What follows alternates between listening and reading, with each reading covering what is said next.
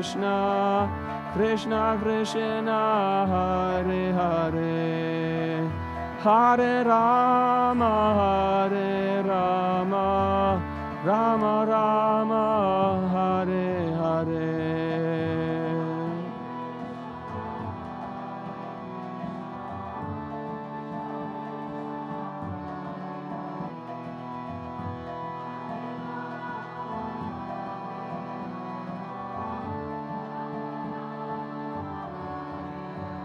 Hare Krishna, Krishna Krishna, Hare Hare, Hare Rama, Hare Rama, Rama Rama, Hare Hare.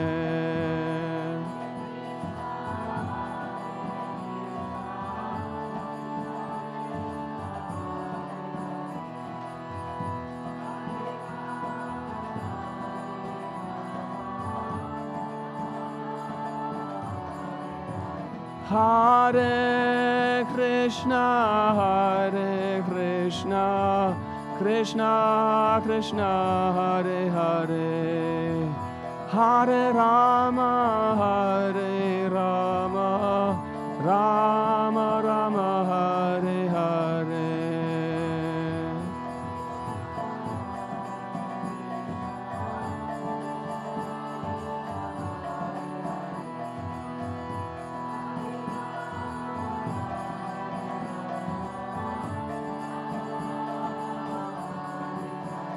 Hare Krishna, Krishna Krishna, Hare Hare, Hare Rama, Hare Rama, Rama Rama, Hare Hare.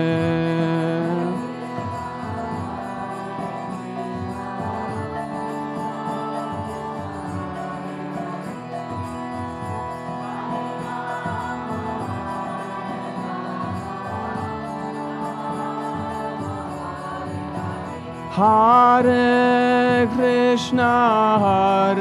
Krishna, Krishna Krishna, Hare Hare, Hare Rama, Hare Rama, Rama Rama, Hare Hare.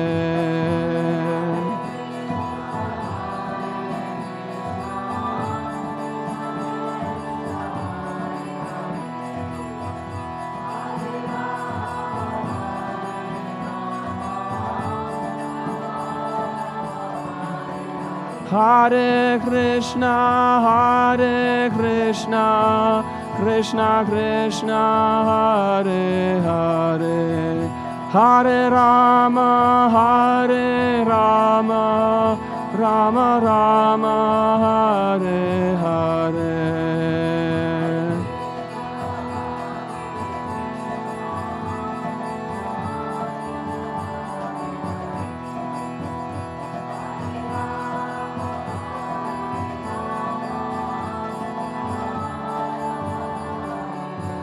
Hare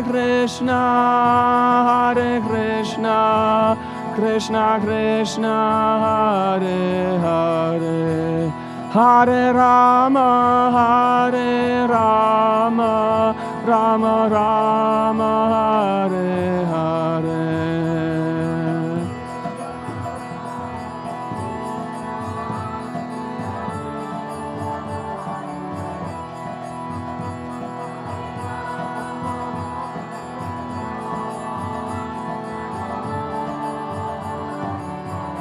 Hare Krishna, Krishna Krishna, Hare Hare, Hare Rama, Hare Rama, Rama Rama, Hare Hare.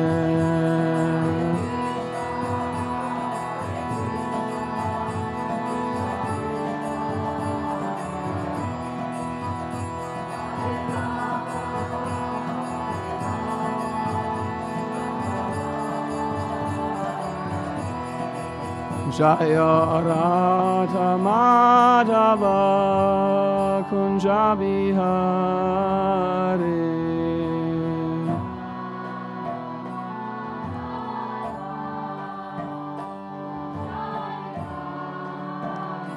Jaya Radha Madhava Kunja Bihari.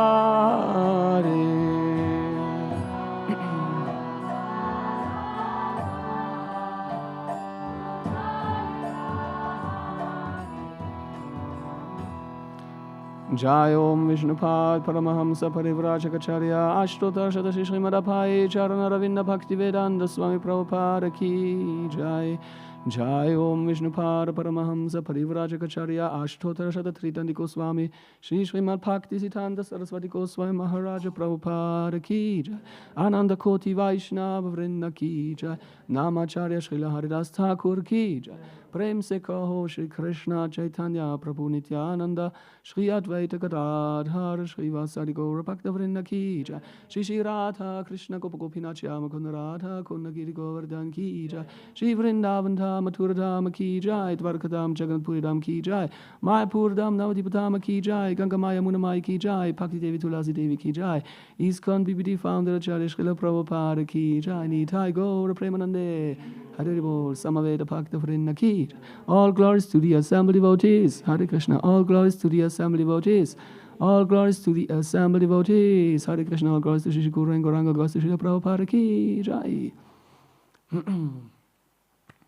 Om Agyanatimirandasya Gyananchana Shalakaya Chakrur Unmilitam Yena Tasmai Shri Gurave Namaha. Nama Om Vishnu Padaya Krishna Prishnaya Putale Srimade Bhaktivedanta Swamin Iti Namine Namaste Saraswate Deve Gauravani Prajarine Nirvishesha Shunyavadi Paschayate Shatarine Jaya Shri Krishna Chaitanya Prabhu Nityananda Shri Advaita Gadadhar Shri Vasari Gaura Bhakta Vrinda Hare Krishna Krishna Krishna Hare Hare Hare Rama Rama Rama Hare Hare. Good morning, welcome everybody. Just to clarify, I am not the temple president.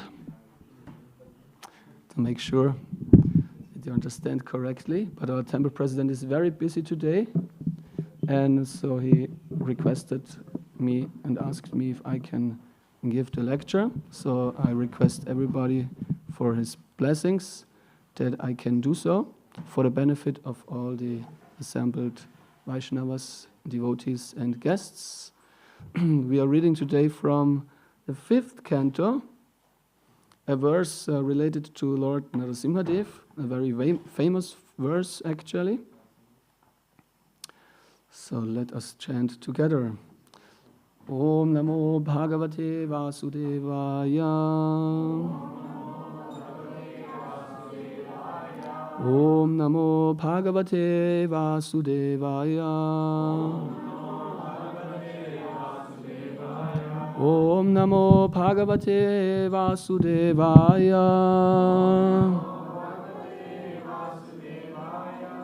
Svasti astu vishvasya kala prasidatam. Dhyayantu putani shivam mitodhiya. Manascha bhatram pachatat adhokshache.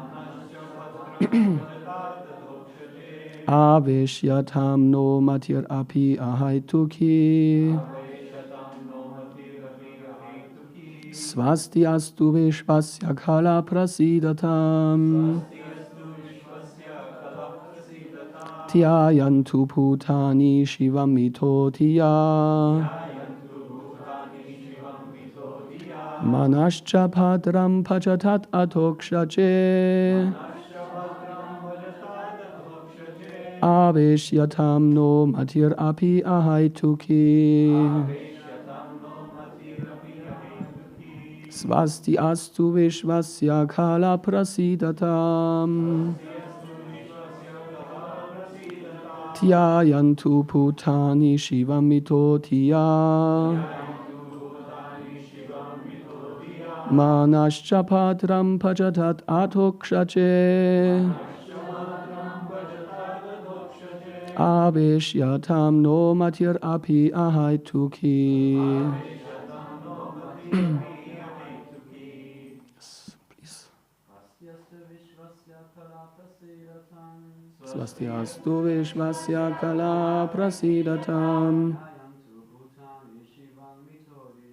Dhyayantu putani shivam mitotiya. Manascha patram pachatat atokshache. Aveshyatam no matirapi ahaituki.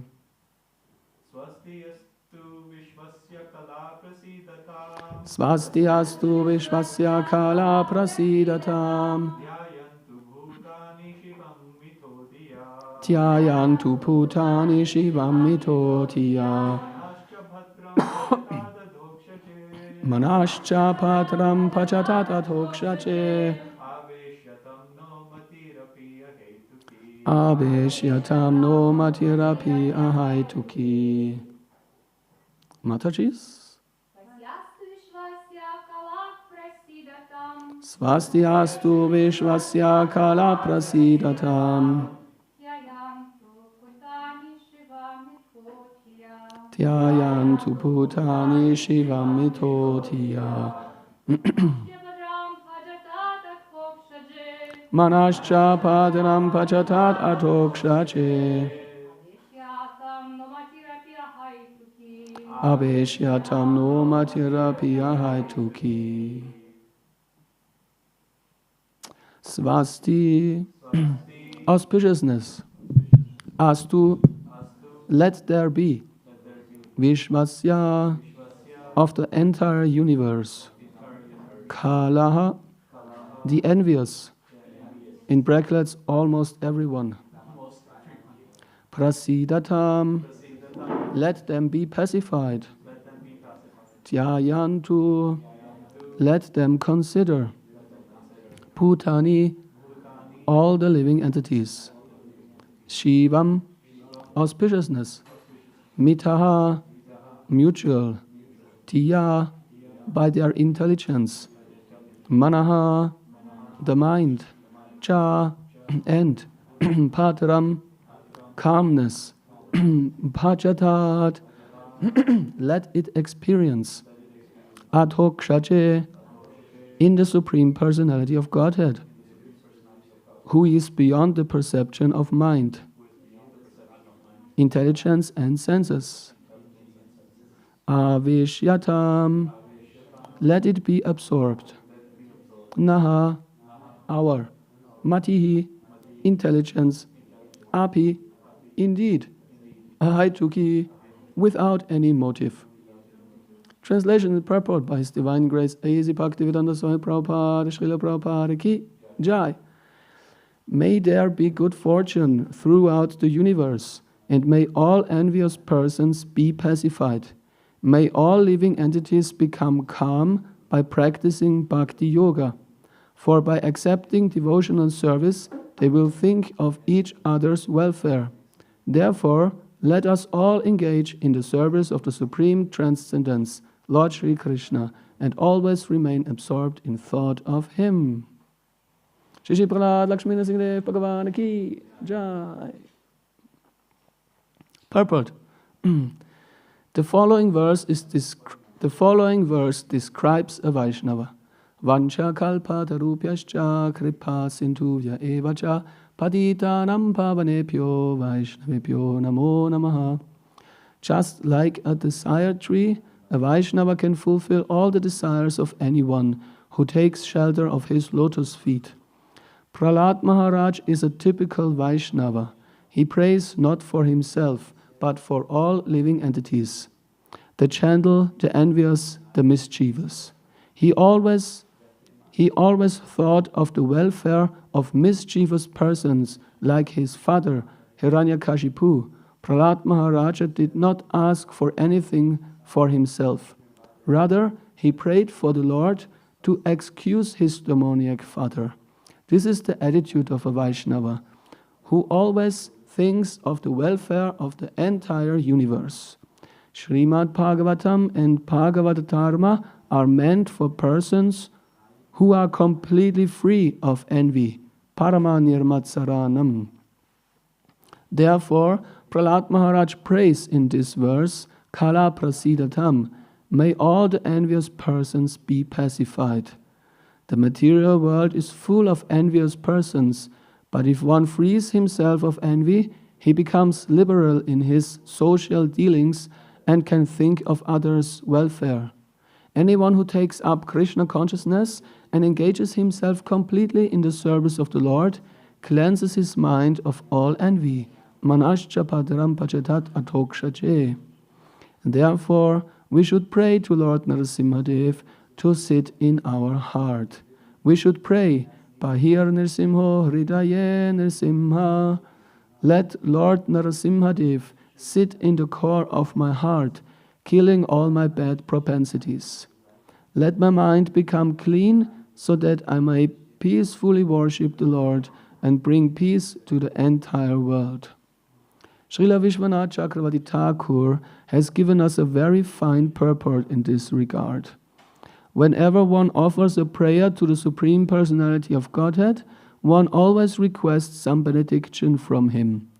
Even pure Nishkama devotees pray for some benediction, as instructed by Lord Sri Chaitanya Mahaprabhu in his Shikshastaka. Ayinanda tanucha kinkaram patitam mam vishave pavam buddhau kripaya tava parapankaja stiti dhuli satrisham vichintaya. O son of Maharaj Nanda, Krishna, I am your eternal servitor, yet somehow or other I have fallen into the ocean of birth and death. Please pick me up from the ocean of death and place me as one of the atoms at your lotus feet. In another prayer, Lord Chaitanya says, Mama janmani janmanishvare bhavatat bhaktir ahaituki tvayi. Life after life, kindly let me have unalloyed devotion and love at your Lordship's lotus feet. When Prahlad Maharaj chants Om Namo Bhagavate Narasimhaya, he prays for a benediction from the Lord. But because he is also an exalted Vaishnava, he wants nothing for his personal sense gratification. The first desire expressed in his prayer is Swasti Astu Vishwasya. Let there be good fortune throughout the entire universe. Prahlad Maharaj thus requested the Lord to be merciful to everyone, including his father, a most envious person. According to Chanakya Pandita, there are two kinds of envious living entities. One is a snake, and the other is the man like Hiranyakashipu, who is by nature envious of everyone, even of his father or son. Hiranyakashipu was envious of his little son Prahlad, but Prahlad Maharaj asked a benediction for the benefit of his father. Hiranyakashipu was very envious of devotees, but Prahlad wished that his father and other demons like him would give up their envious nature by the grace of the Lord and stop harassing the devotees. Kala prasidatam. The difficulty is that the Kala, envious living entity, is rarely pacified. One kind of Kala, the snake, can be pacified simply by mantras or by the action of a particular herb.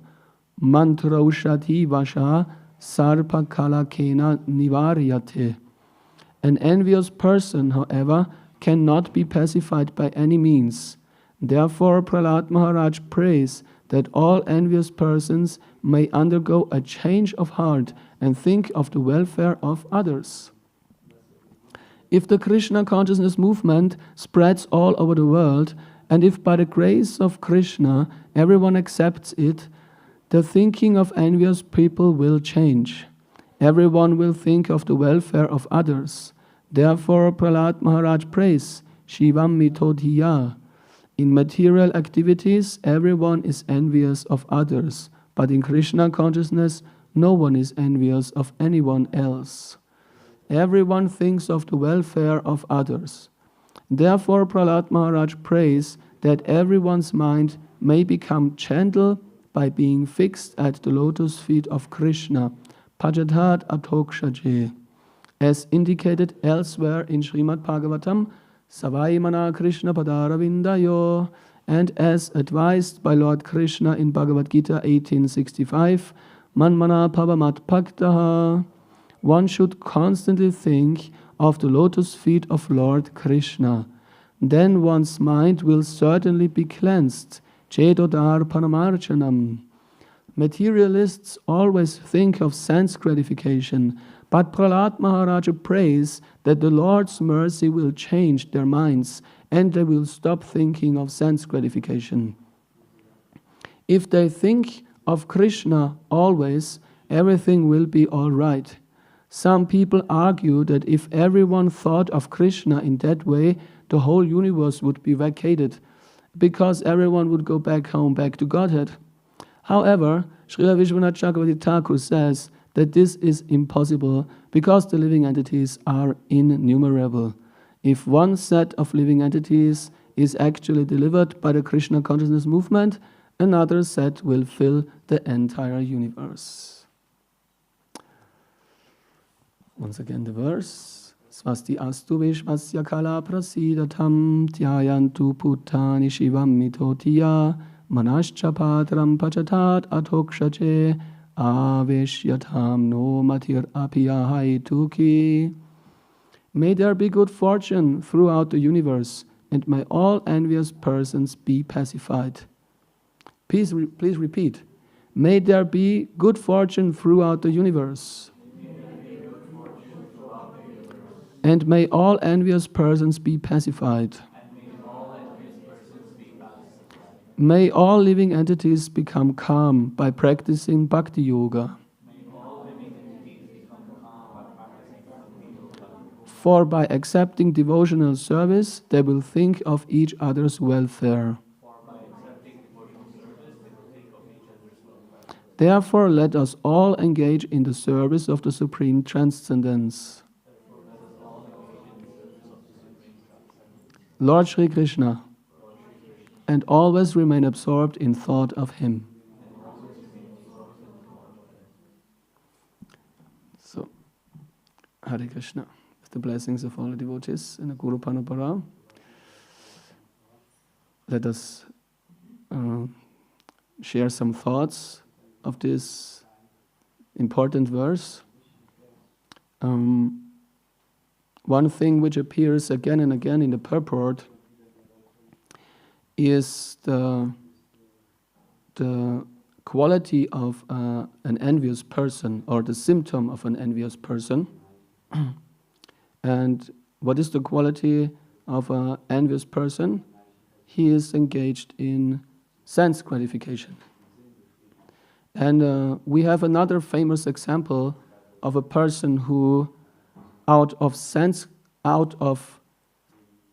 the desire of sense gratification, actually does not want to follow Krishna's order. Who do you think I mean? A very famous example.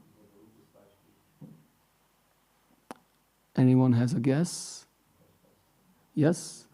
Arjuna. Arjuna said to Krishna he will not fight because he sees that so many relatives and friends and teachers are assembled and he should kill them. And Krishna does not like this idea. Rather, it is condemned, and it is explained that this decision is actually made out of the desire for sense gratification. Very interesting. So, and here we continue, we talk about envious persons, even demoniac persons. So, when we go a little bit deeper into this topic, we see that what does killing mean? Arjuna hesitated to kill his so-called teachers, his so-called relatives, his so-called uncles. The first point is that they are, as already mentioned, so-called relatives. The person who is in this life, your mother or your father, In next life you will have another person as a father and a mother. So to be attached to your mother, your father, to think of them as something, which is very close related to myself, is not the reality. So therefore, Krishna first of all condemns this attitude of Arjuna. What do you mean with your relatives? What do you mean with your teachers? What do you mean with your sons, with your mother, with your father, with your uncles? What do you mean with that? This is just related to the body. So this is an illusion. This does not befit for a person who knows the higher values of life. Higher values of life means spiritual knowledge. The soul is changing body, and all these so-called relatives only refer to the body. You are not the body. Did you forget this? This is condemned by Krishna, and also the act of killing. We don't see that Bhagavad Gita is emphasizing and likes the idea of whimsically killing, that it is always good to just kill. No, rather one should be peaceful. One should not do harm to others. What does it mean to do harm to others? It does not mean only just to kill the body, because the soul cannot be killed anyway. Killing means to unnecessarily make the life in the material world longer. If a living entity is destined to live for a certain amount of years, and it is killed before this time, then this living entity has to again enter into the same life form and continue living in this body until he has reached the destined limit. So this is actually what it really means to do harm to others. Not killing, not being violent to the body in that regard. Krishna says, what do you mean? Everybody will die. So what do you mean with killing is horrible? So everybody will die. They will die anyway. So, but kill them for me in this war, that is glorious. But what we condemn in killing is that unnecessarily we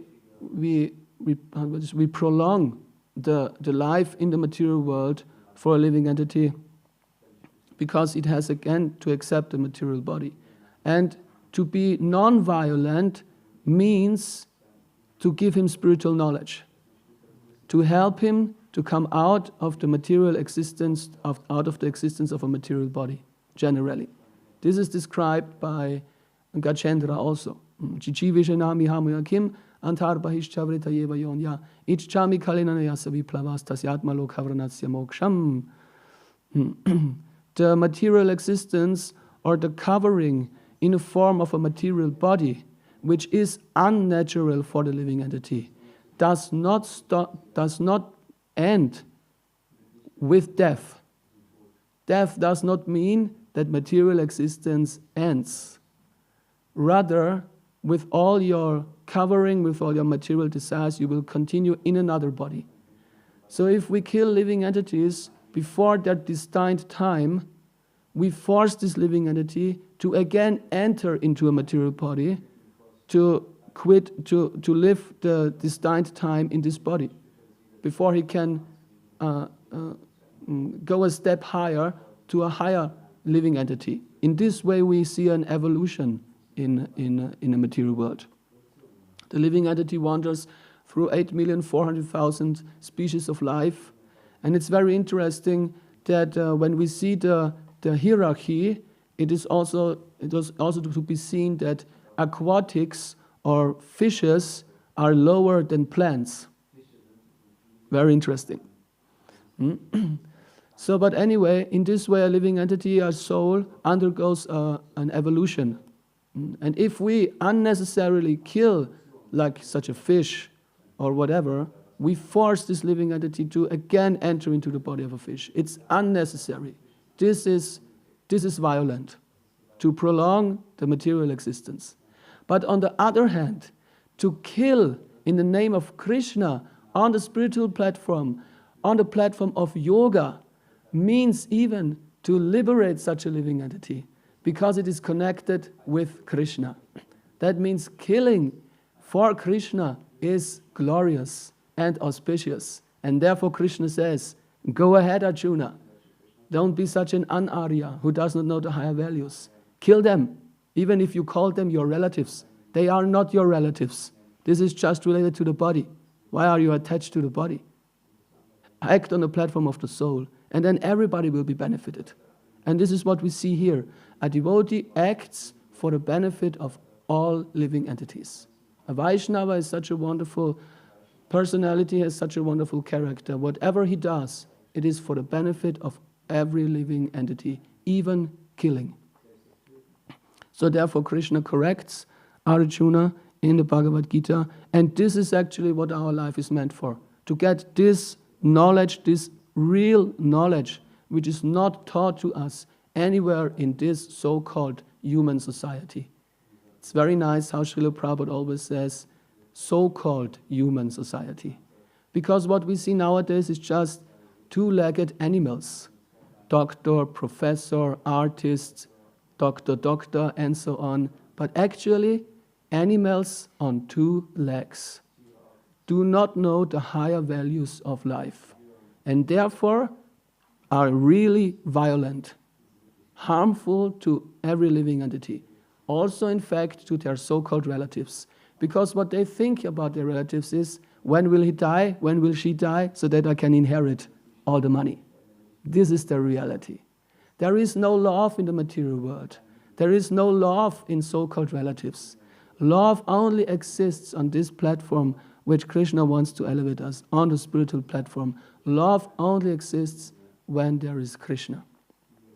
And such an example we have in the personality of Prahlad Maharaj. His father Hiranyakashipu wanted to kill him, wanted to torch him, was envious of him like anything, and still Prahlad Maharaj, a pure devotee, we can say, of the same platform as Arjuna, who is an eternal consort of Krishna, he prays for his father. Please liberate him, please make that he is not demonic anymore. Please be merciful to him. So this is a wonderful example of a great Vaishnava, a devotee. And Arjuna showed the same good quality. He was hesitating to kill because he was soft-hearted, and that was also his qualification why he could be taught by Krishna of the higher values. So killing does not mean we are non-emotional, we are not sentimental, we are non-sentimental, so to say. That does not mean spiritual life. Spiritual life means to be highly emotional, to be highly sentimental, but to have true sentiments, especially on the spiritual platform in regards to Krishna. And if we love Krishna and if we have true sentiments and emotion for Krishna, we really have true emotion and sentiments for everyone else, who we see as part and parcel of Krishna. On another platform, when we continue reading the 5th canto of the Srimad Bhagavatam, we are going to hear about the hellish planets. Shukadeva Goswami says there are 21 hellish planets. Some say they are 24. But anyway, let me explain to you what's going on there. So if you are curious to hear in detail what's going on the hellish planets, please take the 5th canto and continue reading until the end. And also those persons who are living on the material platform, are rich, have money, and are dying, so to say, peacefully in the association of their relatives. They see in next life hell. Because this is a demoniac mentality. This is a non-godly mentality. To not act, to not see others on the spiritual platform, to exclude God or Krishna, to say that peace and love can exist without Krishna is actually demonic. There is only one way for peace and real love for the whole world. And this is presented by us, by the Acharya who came to us, Srila Prabhupada, is this Krishna consciousness movement. Krishna, we might ask ourselves, instructed Arjuna. And we may also ask ourselves, yes, but why Arjuna is not in a disciplic succession? Did you ever ask yourself, when you read Bhagavad Gita and you were looking through a disciplic succession, why Arjuna is not there? Did any one of you ever ask yourself? Yes, Subal asks himself. Krishna says to Arjuna, this knowledge was lost. But now I give it to you again because you are my bhakta, you are my devotee, therefore you are qualified. I will enlighten you and you are non-envious, Krishna says. You are non-envious and you are my devotee, therefore you are qualified to receive this most important knowledge. But Arjuna is nowhere there in the disciplic succession. There is Brahma, there is Narada, there is Vyasa. Then we have a huge gap. Suddenly we come from Vyasadeva to Madhvacharya. And how is this to be understood? Because Vyasadeva is still supposed to live and be here. And Madhvacharya was so happy and lucky to meet him and become his disciple. And then a disciplic succession continues until we come to His Divine Grace A.C. Bhaktivedanta Swami Prabhupada. And when Srila Prabhupada was asked by his disciples in the late 60s, how is this to be understood? Srila Prabhupada explains that disciplic succession is many-branched. It's nearly impossible to show and list all the branches of the disciplic succession. And also we have to understand that there is a bloodline of disciplic succession, and there is the line of the spiritual line. So, but there is also a connection between Arjuna and Vyasadeva on a blood lineage. So there is a connection. But anyhow, Srila Prabhupada makes the point, because the disciplic succession is so many-branched, we have to take and grasp the present prominent Acharya who is situated in a disciplic succession and gives us the knowledge and take advantage of it and accept it and live according to it and make spiritual progress. This is what we are meant to do. So we see this wonderful example Srila Prabhupada is giving as a member of the disciplic succession. Out of nowhere, he came to America like 50 years ago and single-handedly started this spiritual movement. And what was his vision? His vision and his mission was to give everybody this knowledge. Everybody, please take up this Krishna consciousness movement. Become happy in this life, what to speak of the next life, and make your human life successful. So obviously, Srila Prabhupada is the chosen Acharya to deliver the whole world by Krishna, and we are just meant to take advantage of it, and take it and grasp it, and take the teachings and follow it, and make our life successful by really developing pure love for Krishna and automatically for all living entities. By chanting Hare Krishna, Krishna Krishna, Hare Hare, Hare Rama, Ram Ram, Hare Hare. Srila Prabhupada ki jai. So this wonderful verse shows us the wonderful character of a Vaishnava who is not in illusion. And it shows us how wonderful Prahlad Maharaj is. It shows us how wonderful the character of Srila Prabhupada is. And we can check it. We can see how did Srila Prabhupada live, how did Srila Prabhupada speak, how did Srila Prabhupada treat others, and it fits perfectly. So we have like the proof, the evidence, and this is our great possibility, a great opportunity to come out of the illusion, the same illusion as Arjuna was in. My relatives, beautiful life, God is everywhere. It's not only in the Hare Krishna movement. Why do I have to wear this dress in order to love God? I think I can also go somewhere else. So this is all illusion. This is all dreaming. This is hallucination. This is Maya. This is what is not the fact. This is what we have to grasp. So so intensely, to take this opportunity to take shelter of the chosen acharya and elevate ourselves and also give this to others and enlighten others and make this point. It's illusion, what you're living after, family and so on. It's illusion. Don't die like this. Don't waste your life. Waste your valuable life in this way and continue wandering in the material world, life after life. This is even a greater illusion, to think that getting born again, wow, that sounds great. Just imagine I could become a bird. Wow, I always wanted to become an eagle. Then we have a wonderful opportunity. I will sit with you together half an hour and we watch a few nice videos on Facebook, how wonderful the life is of a bird and an eagle.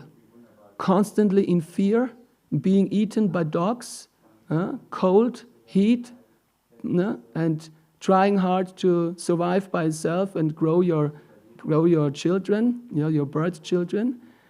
This is even a greater illusion to think, getting born again and getting another one of the 8,400,000 species of life is horrible. Material life is horrible. This is not a place for a gentleman, Srila Prabhupada says. Try your best to get out of it as soon as possible. Material world is not the place where we belong to. Last days we heard what we can actually have in this Krishna consciousness is so amazing that it is compared, the so-called happiness and so-called love in the material world is just like it's just like a tiny drop, a tiny, tiny, tiny drop in comparison to the happiness of the spiritual world, of the spiritual happiness in Krishna consciousness, which is an ocean. It's an ocean. And this human life is meant for diving into this ocean of ecstasy, of happiness. We call it prema, love for Krishna. So why waste your life, waste your time with nonsense in the material world? It's just a waste of time, a waste of a great opportunity we have and a responsibility we have. Many times we hear of responsibility. The biggest responsibility we have as human beings is to make life perfect, to become Krishna conscious. If we don't use it for this, we just don't use our responsibility correctly, we just waste it, then we don't deserve it anymore. If you don't use this responsibility, then you don't deserve it. Next time you might not get it again. This is the greatest risk we can live to, we can take up, the greatest risk. To not again have this possibility of developing spiritual knowledge and developing Krishna consciousness. So therefore, this wonderful opportunity is given to all of us in this Hare Krishna movement, in the International Society for Krishna Consciousness, especially by Srila Prabhupada through his books. We are very fortunate. All of us are amazingly fortunate. And what I just wanted to do now is to make a small attempt to show how horrible this world actually is. It's an amazingly horrible place. There is no way of thinking it's beautiful to get born again, maybe even as a demigod. It's horrible. I remember there was a wonderful great Vaishnava sitting here on this very same Vyasasan, spiritual master sannyasi, and he gave a wonderful lecture of Srimad Bhagavatam, and it was obvious that his health was not so good, and he started speaking a little bit about death and next life and so on, and suddenly out of the blue he said, going to the heavenly planets, going to the demigods, he said, no way. No way, under no circumstances. And I thought like, wow, what's this? Why? Who would say no to heaven? Who would say no to become a demigod like Indra? Yeah, but this personality, this Vaishnava, he was so determined, he was kind of nearly disgusted by the thought of becoming a demigod in the heavens. I thought, wow, what's behind this? What does he have? What must he have that he is disgusted by the thought of becoming a demigod in heaven? That must be really amazing.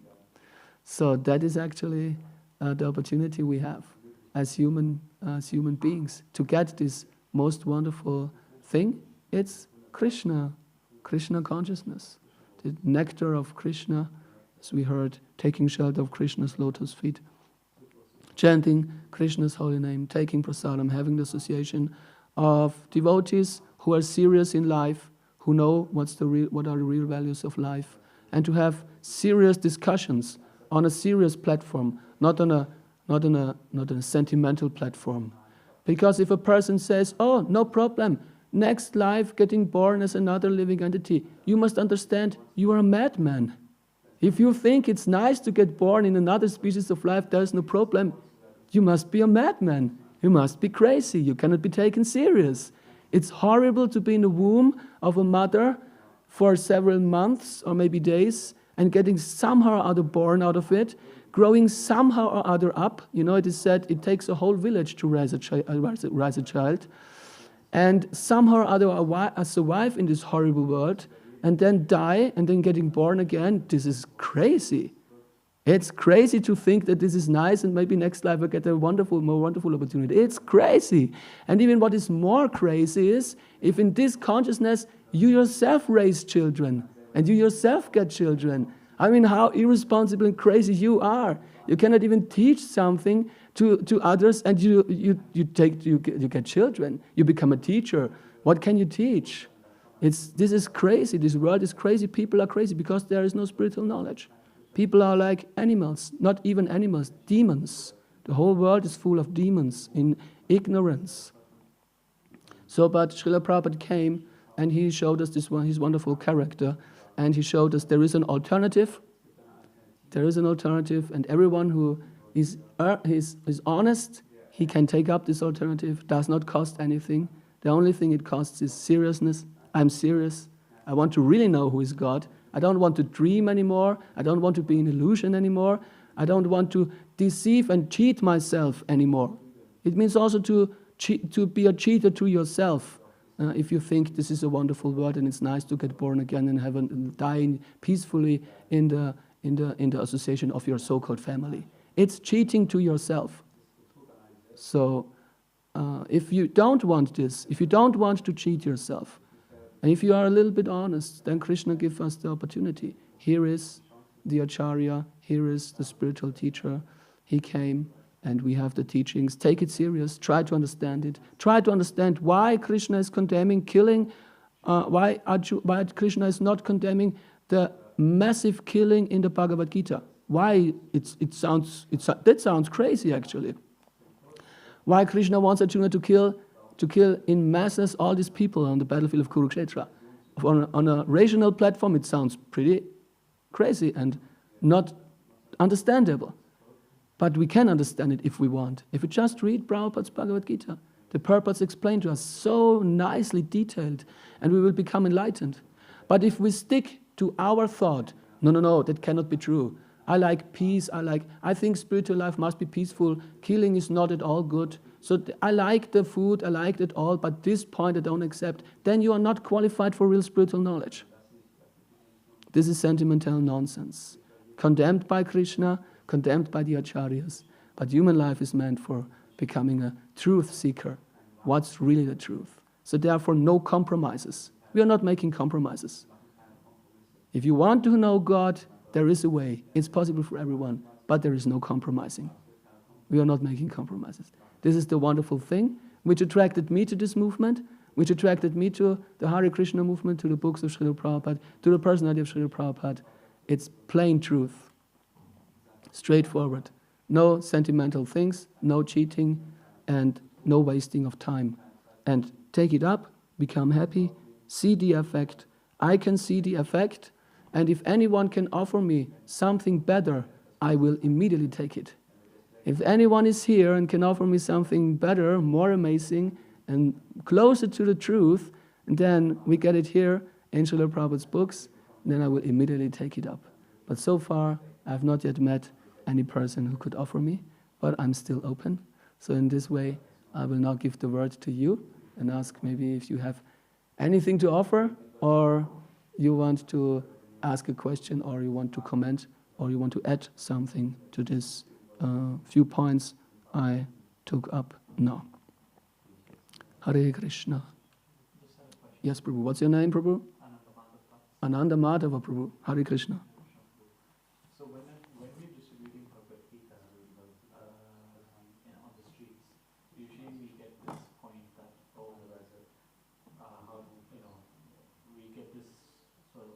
say, criticism or pushback about the point that you mentioned about Krishna authorizing the killing by Arjuna. How do we handle that? Like pushback, how do we, if you could just share a little bit more on that. Okay. Yeah, so when the first point is we have to understand that Krishna also refers to, Arjuna refers to Krishna also as, I think it said Govinda or Hrishikesh, I cannot remember now, Govinda. But Srila Prabhupada explains then, Govinda, it's Govinda. And Srila Prabhupada says, Govinda means Krishna, he is the friend, and he likes the cows, and he is also, Go also refers to the senses. But it does not mean that Krishna is there to satisfy our senses. It's not that we go to Krishna and say, "Oh Govinda, please satisfy me." We are meant to satisfy the senses of Krishna. We are meant to serve Krishna. So when Arjuna was in this situation, also he was like this. "Oh Krishna, why fight? No, I don't want to fight. Please pacify me. Please satisfy me. I don't want to fight." It's actually sense gratification.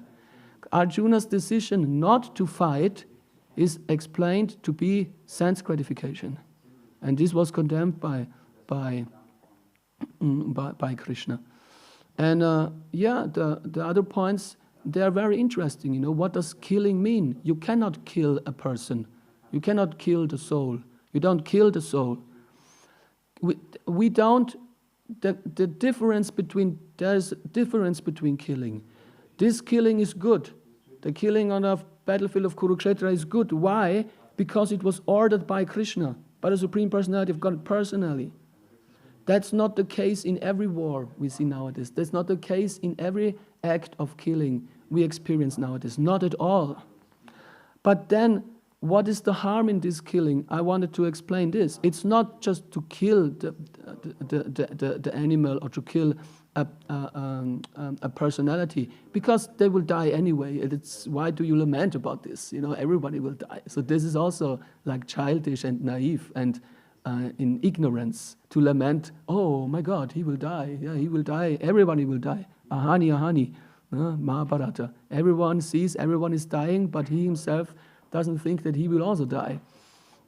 So everybody will die. So that's not the thing, just to kill. But the thing is, if you kill without the connection with Krishna, like it was the case in the battlefield of Kurukshetra, this living entity must unnecessarily repeat and again get born. And this is really harmful, to prolong the material existence unnecessarily.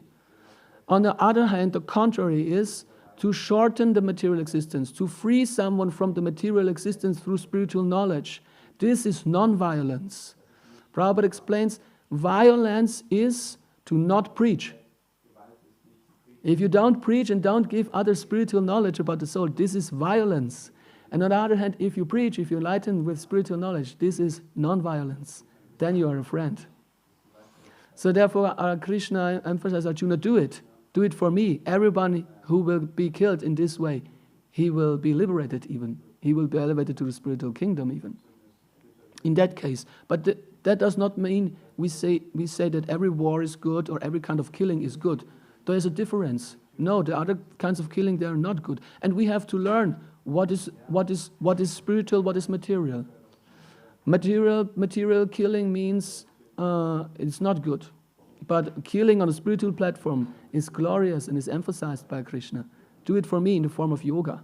Think of me, do your duty, that is glorious.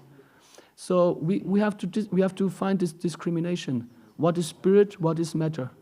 That is what intelligence means.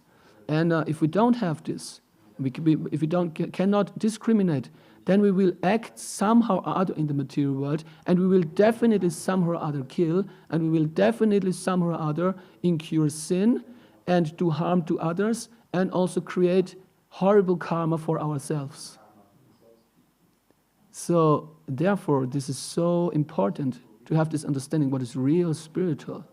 Not to be sentimental. Oh my God, Arjuna, how could Krishna ask Arjuna to kill so many men on the battlefield? This cannot be saintly, and because in the church they teach us something else, That does not help anyone. It's sentimental. So this is not the spiritual platform. So these are a few thoughts, but there are amazing purports in the Bhagavad Gita you can study. If you pick up the purports, you can really go into it and study. This is a very good question, actually, and we should understand it thoroughly. Thank you very much for this question. Hare Krishna. Okay, I don't want to make it unnecessarily too long. Thank you very much. It's 9 o'clock. Grantaraj Srimad Bhagavatam ki jai. Srila Prabhupada ki jai. Shri Prahlad Lakshman Singh Dev Bhagavan ki jai.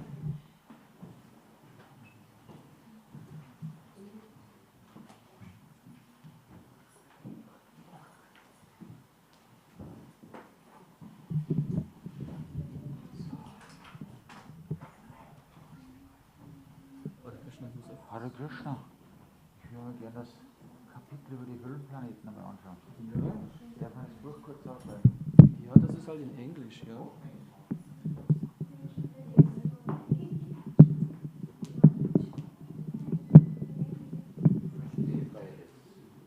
Ja. Ich habe nur das Problem, wenn da einer Englisch redet und da einer Deutsch, dann verstehe ich gar nichts mehr. Passt schon. Das ist Deutsch. Wenn beides gleichzeitig kommt, dann zerrat's mir's.